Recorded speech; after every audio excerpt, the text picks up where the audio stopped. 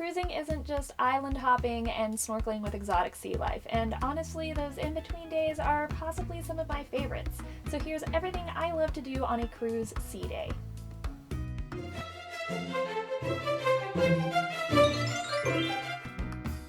If you're interested in how I prep or pack for a cruise, I will link all those videos down below in the description, and be sure to subscribe and ring the bell for notifications because I have all kinds of really great cruise videos still to come. But first, let's get to what I do on a day at sea during a cruise. We tend to schedule a lot of excursions on our port days, so sea days are an ideal time for us to kick back and just relax on deck.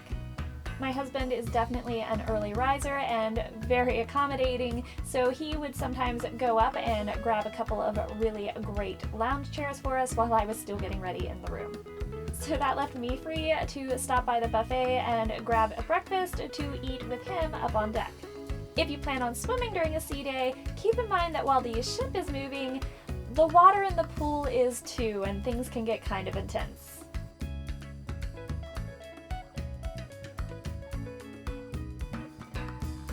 I personally prefer to just lounge in a chair and soak up some sun, but it's also a really good time to catch up on reading or do some nice sketching or, heaven forbid, if you must, perhaps a little bit of work. In my particular case, sorting through a ton of pictures and video footage is a whole lot better when you're soaking up some Caribbean sun than, say, some snow in Pittsburgh. But if you're not one for lounging in the sun all day, there are plenty of activities to do as well. On our cruise alone, there were concerts,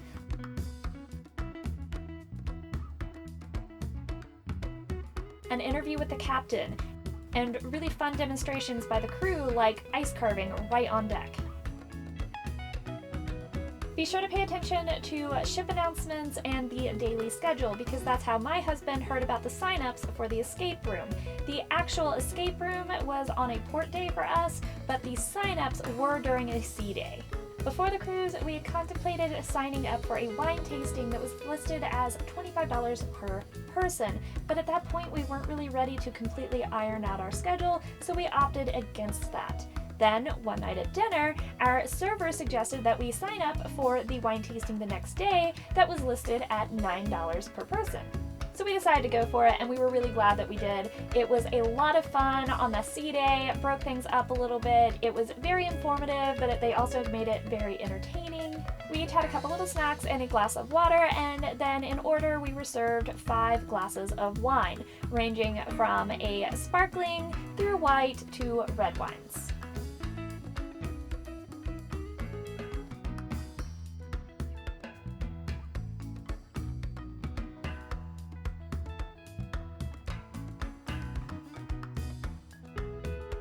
It was definitely worth the $9, but I honestly think the $25 wasn't a bad deal either, assuming that the two events were fairly comparable. There were even some really cool tours on the sea days. One day we went to the main theater and we watched sort of a mock cooking show with the head chef and the maitre d'.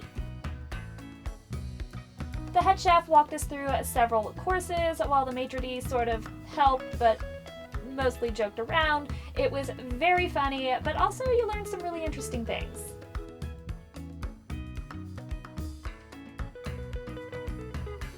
And the show was fun enough, but then afterwards, they let us all down and we got to walk through part of one of the galleys, which was very, very cool.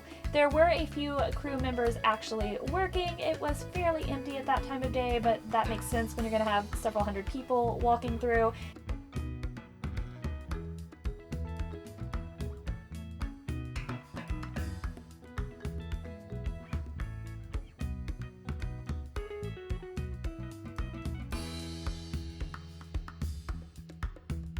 And at the end, they had a display of carved fruit that was done right there by crew members on the ship.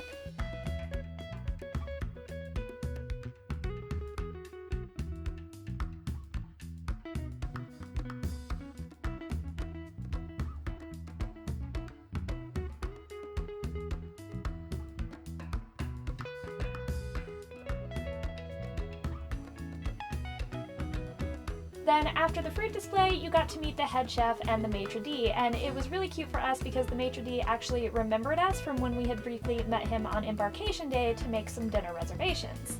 He got really excited when he saw us. He was like, "Oh yes, the party for two." He's like, "I remember the hair." And later I was like, did he mean my purple or my husband's spiky hair? And we never did quite figure it out. Maybe he meant both. I don't know. Either way, it was nice to be remembered.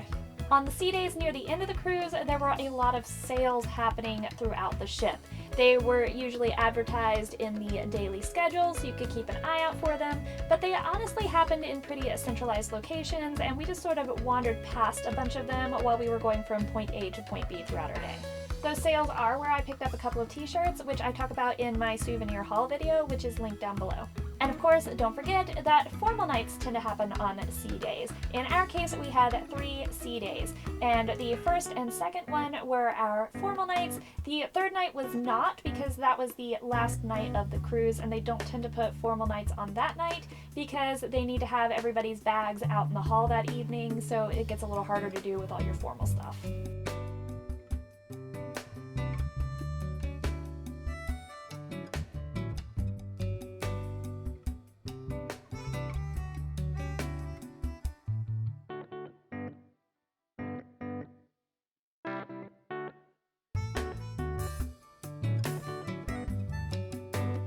And of course on sea days they still have the big shows in the theaters, and in fact our favorite show from this trip was on the second formal night.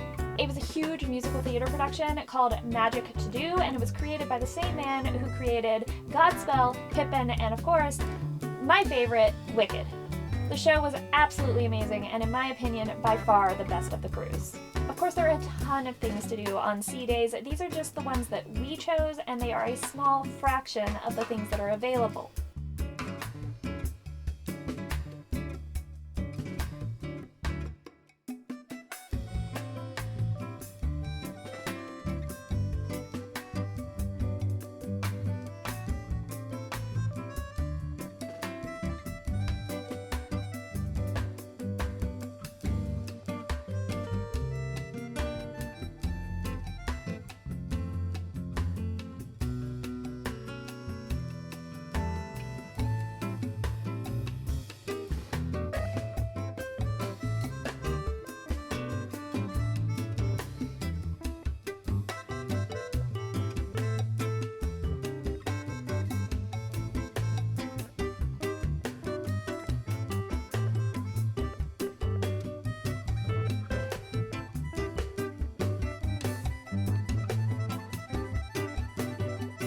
What's your favorite way to pass a day at sea? Let me know in the comments down below, because we definitely plan on taking more cruises in the future. I hope you found this video helpful and informative. If you did, please like down below, and be sure to subscribe and ring the bell to see my future cruising videos. Have a beautiful day, and I'll see you next time.